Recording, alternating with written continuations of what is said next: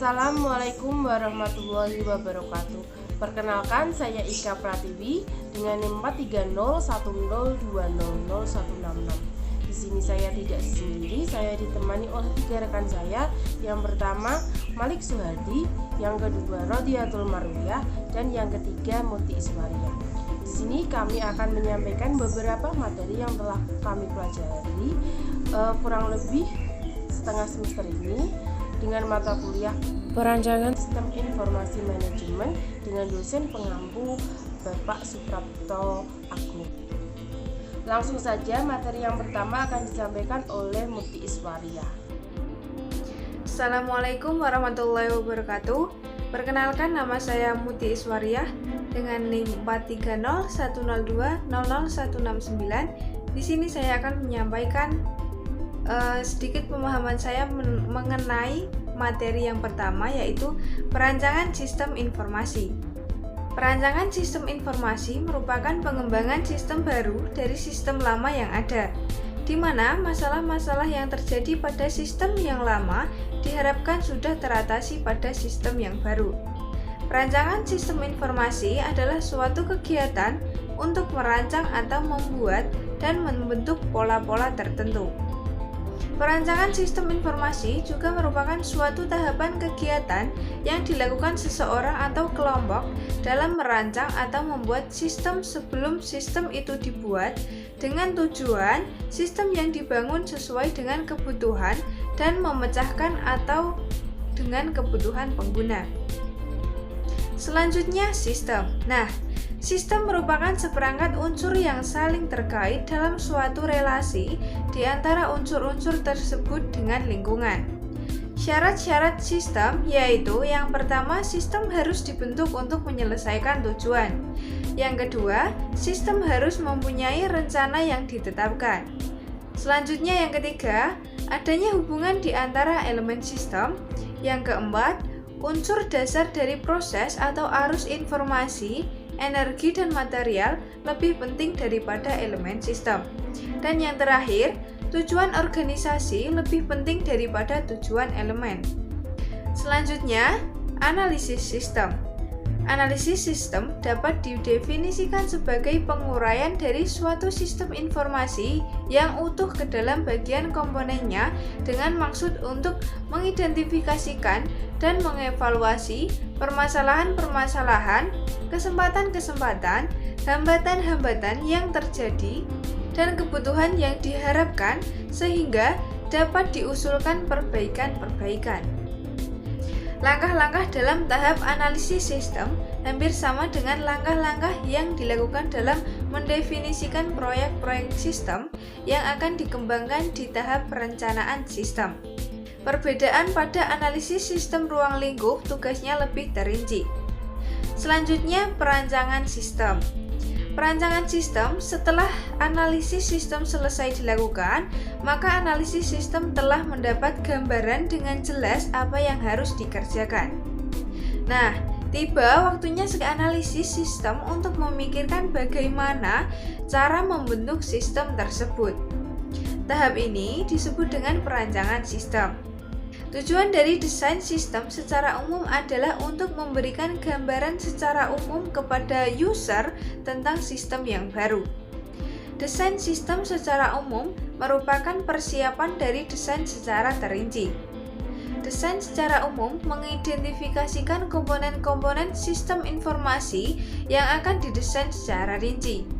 Desain terinci dimaksudkan untuk pemrogram komputer dan ahli teknik lainnya yang akan mengimplementasikan sistem. Tahap desain sistem secara umum dilakukan setelah tahap analisis sistem selesai dilakukan dan hasil analisis disetujui oleh manajemen. Pada tahap desain, secara umum komponen-komponen sistem informasi dirancang dengan tujuan untuk komunikasi kepada user, bukan untuk memprogram. Komponen sistem informasi yang didesain adalah model, output, input, database, teknologi, dan kontrol. Sekian yang dapat saya sampaikan. Terima kasih.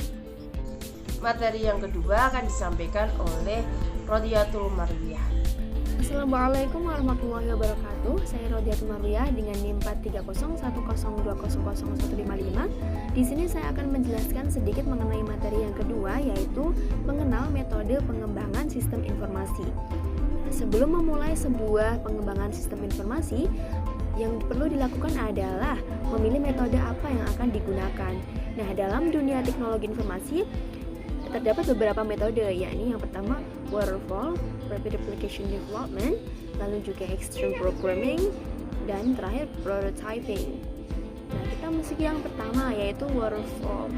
Waterfall adalah metode pengembangan perangkat lunak yang menekankan fase-fase berurutan dan sistematis.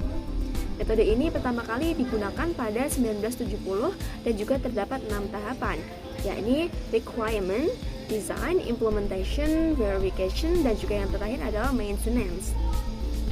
Nah, waterfall ini terdapat beberapa tahapan. Yang pertama adalah rekayasa sistem, yaitu dimulai dengan mencari kebutuhan seluruh sistem untuk diterapkan dalam perangkat lunak. Lalu yang kedua adalah analisis kebutuhan.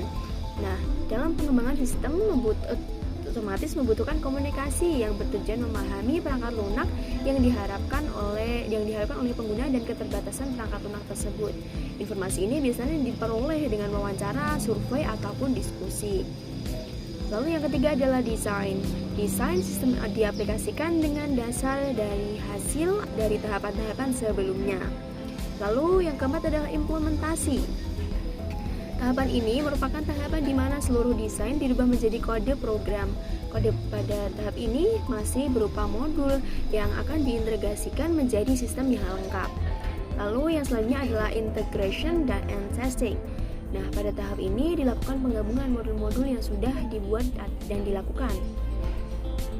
Nah, hal ini dilakukan untuk mengetahui apakah software yang dibuat sudah sesuai dengan desain dan fungsi atau belum, sehingga dapat diketahui apakah ada kesalahan atau tidaknya. Lalu juga ada tahapan verifikasi. Nah, pada tahap ini klien akan menguji apakah sistem tersebut telah sesuai atau belum.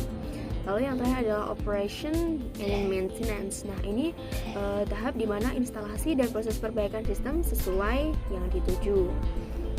Nah, lalu kita masuk pada Rapid Application Protocol atau RAD.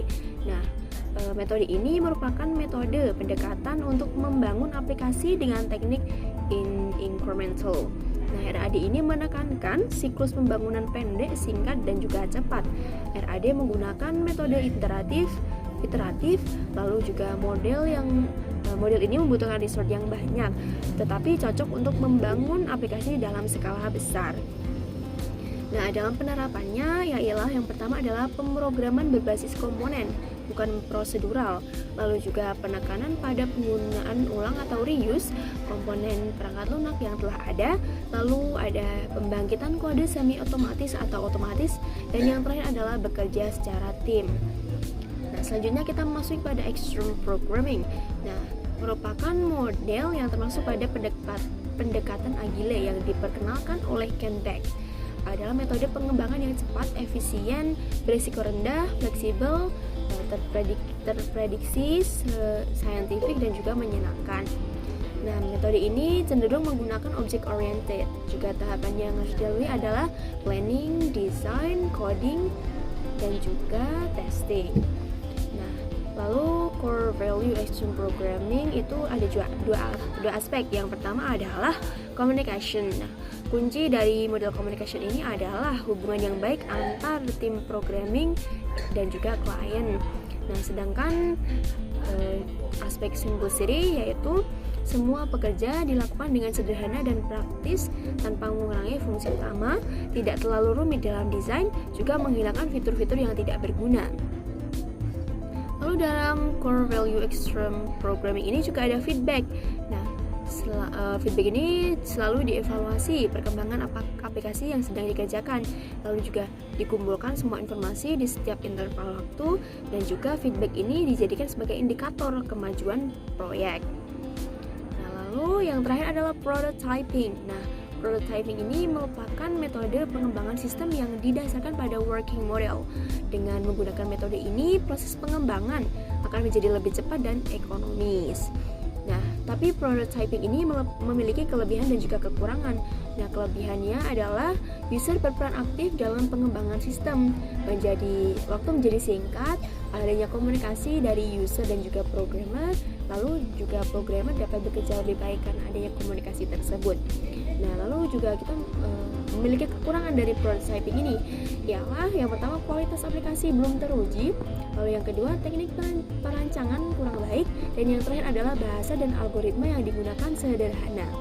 Nah, itulah demikian yang dapat saya sampaikan. Apabila ada kekurangan, saya mohon maaf yang sebesar-besarnya. Terima kasih banyak atas perhatiannya. Materi yang ketiga akan disampaikan oleh saya sendiri. Materi yang ketiga yaitu metode spiral.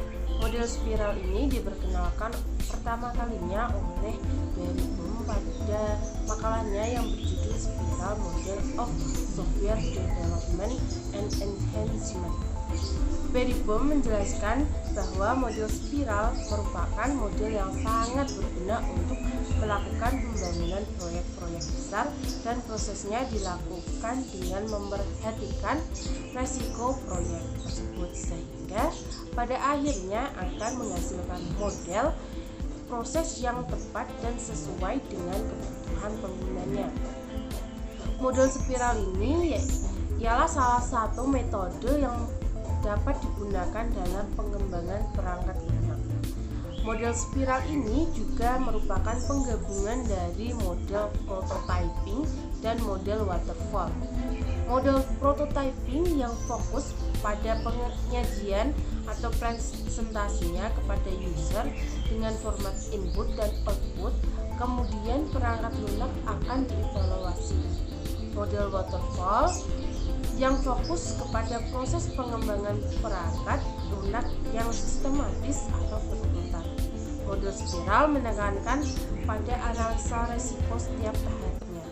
Fungsi model spiral ini ialah untuk melakukan perubahan, penambahan, dan pengembangan perangkat lunak dengan memaksimalkan aspek kecepatan dan ketepatan berdasarkan keinginan dan kebutuhan penggunanya. Adapun tahapan-tahapan dalam spiral model. Yang pertama yaitu tahap liaison. Tahap ini berhubungan dengan komunikasi antara pihak-pihak yang terlibat dalam pengembangan software seperti sistem analisis dengan pelanggan atau user. Tujuannya yaitu memperbaiki dan mengembangkan software sesuai kebutuhan dan keinginan hingga memuaskan pelanggannya. Tahap yang kedua yaitu planning. Tahap perencanaan ini meliputi estimasi biaya yang digunakan, batas waktu, pengaturan jadwal, identifikasi lingkungan kerja, sumber-sumber informasi untuk melakukan iterasi atau teknik perulangan. Hasil dari tahap ini yaitu dokumentasi spesifikasi kebutuhan sistem dan bisnis. Tahap yang ketiga yaitu tahap analisis resiko. Tahap ini berfungsi untuk mengidentifikasi resiko yang berpotensi akan terjadi dan menghasilkan solusi alternatif sesuai teknis dan manajemen saat strategi mitigasi atau upaya untuk mengurangi resiko bencana direncanakan dan diselesaikan. Tahap yang keempat yaitu tahap rekayasa atau engineering.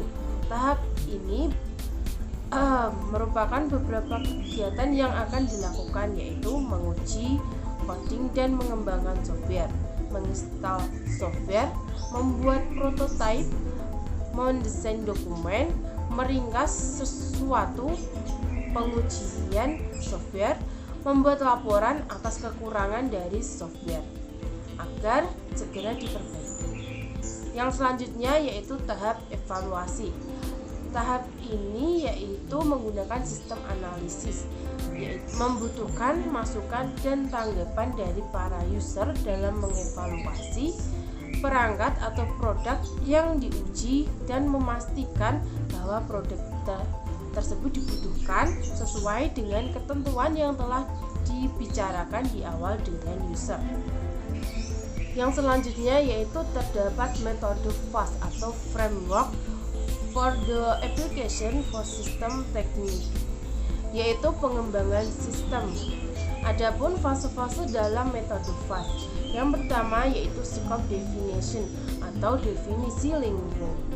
Pada tahap ini dilakukan pengumpulan informasi yang akan diteliti tingkat feasibility dan ruang lingkup proyek, yaitu dengan menggunakan kerangka PICIS atau performance, informasi, ekonomi, kontrol, efisiensi, dan service.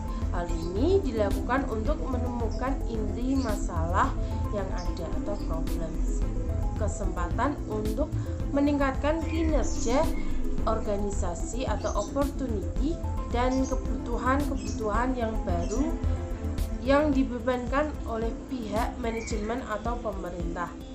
Yang kedua yaitu problem analysis, yaitu analisis permasalahan. Pada tahap ini akan diteliti masalah-masalah yang seringkali muncul pada sistem yang ada sebelumnya.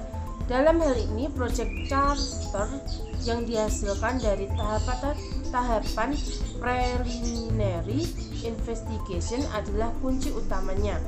Hasil dari tahap ini yaitu meningkatkan atau peningkatan performa sistem yang akan memberikan keuntungan dari segi bisnis perusahaan. Yang ketiga yaitu requirement analysis atau analisis kebutuhan.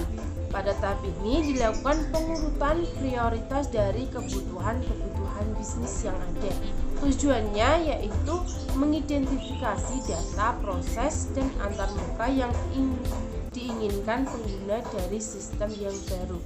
Yang keempat yaitu logical design atau desain logis. Tujuannya yaitu mentransformasikan kebutuhan bisnis dari fase recruitment analysis kepada sistem model yang akan dibangun nantinya. Yang kelima yaitu destination analysis atau analisis keputusan. Pada tahap ini akan dipertimbangkan beberapa kandidat dari perangkat lunak dan keras yang nantinya akan dipilih dan dipakai dalam implementasi sistem sebagai solusi atas problem dan requirement yang sudah didefinisikan pada tahapan-tahapan sebelumnya. Yang keenam yaitu physical design atau desain logis. Tujuan dari tahap ini yaitu mentransformasikan kebutuhan bisnis yang direpresentasikan sebagai logical design menjadi physical design yang nantinya akan dijadikan sebagai acuan dalam membuat sistem yang akan dikembangkan. Yang ketujuh yaitu construction dan testing. Setelah membuat physical design, maka akan dimulai untuk mengkonstruksi dan melakukan tahap uji coba terhadap sistem yang memenuhi kebutuhan bisnis dan spesifik design. Yang kedelapan yaitu installation dan delivery. Tahap ini akan dioperasikan sistem yang telah dibangun. Tahapan ini juga akan dimulai dengan mendevelop software hingga memberikan pelatihan kepada user mengenai penggunaan sistem yang telah dibangun. Dan materi yang terakhir akan disampaikan oleh Malik Suhardi. Baik, saya akan melanjutkan materi dari teman-teman saya. Materi saya akan mengambil manajemen risiko pengembangan sistem informasi manajemen. Risiko, umpan balik yang kurang bagus dari kegiatan seseorang. Dalam sepemahaman saya, apabila jika kita bertindak pasti ada angan-angan yang kurang berkenan atau seringkali dibilang mamang. Angan-angan tersebut sebenarnya dapat kita perkecil dengan cara melakukan sesuatu dengan landasan keyakinan bahwa apa yang akan kita lakukan tersebut dampak atau resikonya itu kecil. Perkembangan teknologi informasi yang bergerak sangat dewasa ini, upaya yang dilakukan usaha ini untuk menerapkan sistem informasi telah menjadi kebutuhan dasar dan semakin meningkat dari tahun ke tahun. Akan tapi pola tersebut sudah menyebabkan beberapa organisasi mengalami kegagalan, yang mana hal tersebut dapat menghambat proses pencapaian visi atau misi organisasi. Adapun macam-macam resiko itu terbagi menjadi 4. 1. Katastrofik atau bencana, untuk mengurangi kerugian dan resiko yang mungkin terjadi dan mempercepat proses pemulihan pasca bencana itu. Kritikal atau kritis. 3. Marginal atau kecil. Yang keempat, negligible atau dapat diabaikan. Selanjutnya, dampak yang timbul dapat mempengaruhi kepada 1. Nilai kinerja yang dikembangkan. 2. Biaya yang dikeluarkan oleh organisasi yang mengembangkan teknologi informasi. 3. Dukungan dari pihak manajemen terhadap pengembang. 4. Schedule waktu penerapan pengembangan teknologi informasi. Selanjutnya, adapun definisi dalam pendekatan yang sistematis. 1. Menghindari resiko, membatasi aktivitas perusahaan dan melewatkan peluang keuntungan. Dengan itu, perusahaan dapat menghindari konsekuensi kerugian yang disebabkan oleh suatu resiko. 2. Menghindari resiko, melibatkan sistem yang baru dan mahal atau dengan proses kontrol yang melelahkan. Mengurangi resiko itu sendiri dapat dilakukan dengan cara menyesuaikan aspek. 3. Membagi resiko. Contoh manajemen resiko dalam melangkah ini yaitu resiko yang bisa dibagi dengan pihak ketiga, seperti kerjasama vendor atau mitra bisnis. Akhir kata, dari resiko manajemen, hari esok harus lebih baik daripada hari sekarang. Terima kasih. Sekian yang dapat kami sampaikan. Apabila ada kesalahan, mohon maaf. Wassalamualaikum warahmatullahi wabarakatuh.